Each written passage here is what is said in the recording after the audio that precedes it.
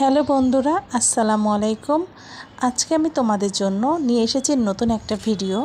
তো আজকে যে ভিডিওটি নিয়ে এসেছি সেটা আমার মা বোনদের জন্য। যে সকল মা বোনদের অনিয়মিত মাসিক বা ইররেগুলার পিরিয়ড হয়ে থাকে সে সকল মাদের জন্য আজকের এই ভিডিওটি। তোমরা ভিডিওটি শেষ পর্যন্ত দেখবে এবং আমি যে কথাগুলো বলবো সেই নিয়ম মাফিক যদি তোমরা হোম রেমেডিটা তৈরি করে খেতে পারো, ইনশাল্লাহ তোমাদের যে কোনো ধরনের পিরিয়ডের সমস্যার সমাধান হয়ে যাবে এবং আর কখনো তোমাদের সেই সমস্যাগুলো হবে না। অনেক মা বোনদের রয়েছে যে অনিয়মিত মাসিক হয়, মাসিক ঠিক মতো হচ্ছে না, 2-3 মাস ওভার হয়ে যাচ্ছে। এছাড়াও কারো কারো ক্ষেত্রে অতিরিক্ত রক্ত ভাঙছে, পিরিয়ডের সময় অতিরিক্ত পেটে ব্যথা হচ্ছে। এরকম যদি সমস্যা থাকে তোমরা অবশ্যই এই ভিডিওটি দেখবে এবং আমি যে কথাটা বলবো, যে রেমেডিটার কথা বলবো সেটা কিন্তু 100% পরীক্ষিত একটা রেমেডি। আমি এটা আমার নিজের ক্ষেত্রে আমি দেখেছি, এছাড়া অনেক মা বোনরা কিন্তু উপকৃত হয়েছে। তো তোমরা এই ভিডিওটি শেষ পর্যন্ত দেখবে, আশা করি তোমাদের অনেক ভালো লাগবে এবং তোমরা উপকৃত হতে পারবে। তো তোমরা কিভাবে তৈরি করবে এবং কি কি লাগবে এই রেমেডিটা তৈরি করতে, চলো আগে সেটা জেনে নিই। আমি প্রথমে যে রেমেডির প্রথম যে উপকরণ নিয়ে কথা বলবো সেটা হচ্ছে, আমি ধনিয়ার কথা বলবো।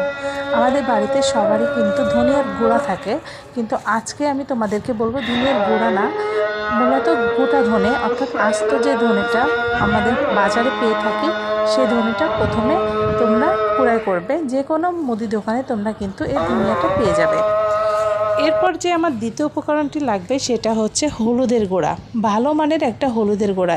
আমাদের রান্নাঘরের কিন্তু সবারই হলুদের গুঁড়া থাকে। এখন আমি বলবো কিভাবে তোমরা এই ড্রিঙ্কসটা তৈরি করবে। সর্বপ্রথম একটা পাত্রে তোমরা 1.5 গিলাস পানি নেবে।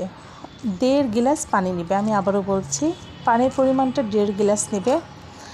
সেই পানিটা ভালোভাবে যখন ফুটতে থাকবে তার ভিতরে 1 থেকে 1.5 চামচ মতো গোটা ধনিয়া দিবে বা আস্ত ধনিয়া দিবে এবং এটাকে যখন আবার ভালোভাবে ফুটতে থাকবে তখন তোমরা এর ভিতরে 4 চামচের হাফ চামচ হলুদের গুঁড়া দিবে। 4 চামচের হাফ চামচ হলুদের গুঁড়া দিয়ে দিবে এবং এই দুটো উপকরণকে তোমরা ভালোভাবে ফোটাতে থাকবে। যখন দেখবে তোমার 1.5 গিলাস পানি হাফ গিলাস পানিতে পরিণত হয়ে গেছে তখন তোমরা চুলা থেকে নামিয়ে এটাকে সেকে নিয়ে যখন কুসুম গরম থাকবে ঠিক তখনই তোমরা এটাকে খাওয়া শুরু করবে। এটাকে তোমরা খাবে হচ্ছে হালকা কুসুম গরম অবস্থায় এবং চায়ের মতো খাবে। আর কি করবে, যখন তোমরা গ্লাসে হোক কাপে যখন খাবে সেই গরম গ্লাস বা কাপটা হালকা করে তলপেটে চাপ দিয়ে ধরে রাখবে, মানে হালকা তোমাদের পেটে তলপেটে সহ্য হবে এমন গরম অবস্থায় হালকা হালকা করে তলপেটে এটাকে ধরবে। দেখবে যে তোমাদের পেটে যে আমাদের এন্ডোমেট্রিয়াল যে মানে আমাদের জ্বরের যে স্তরটা থাকে সেটা কিন্তু খুলে যাবে এবং তোমাদের পিরিয়ডটা ঠিকভাবে হয়ে যাবে।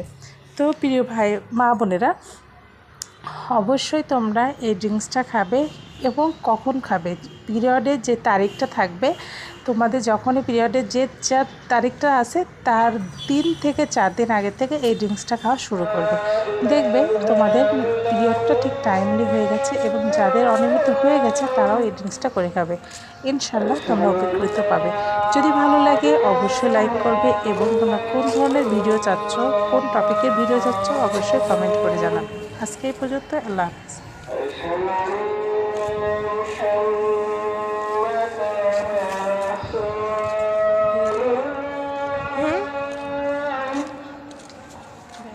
এটা 30 সেকেন্ড থাক, এটা কাট।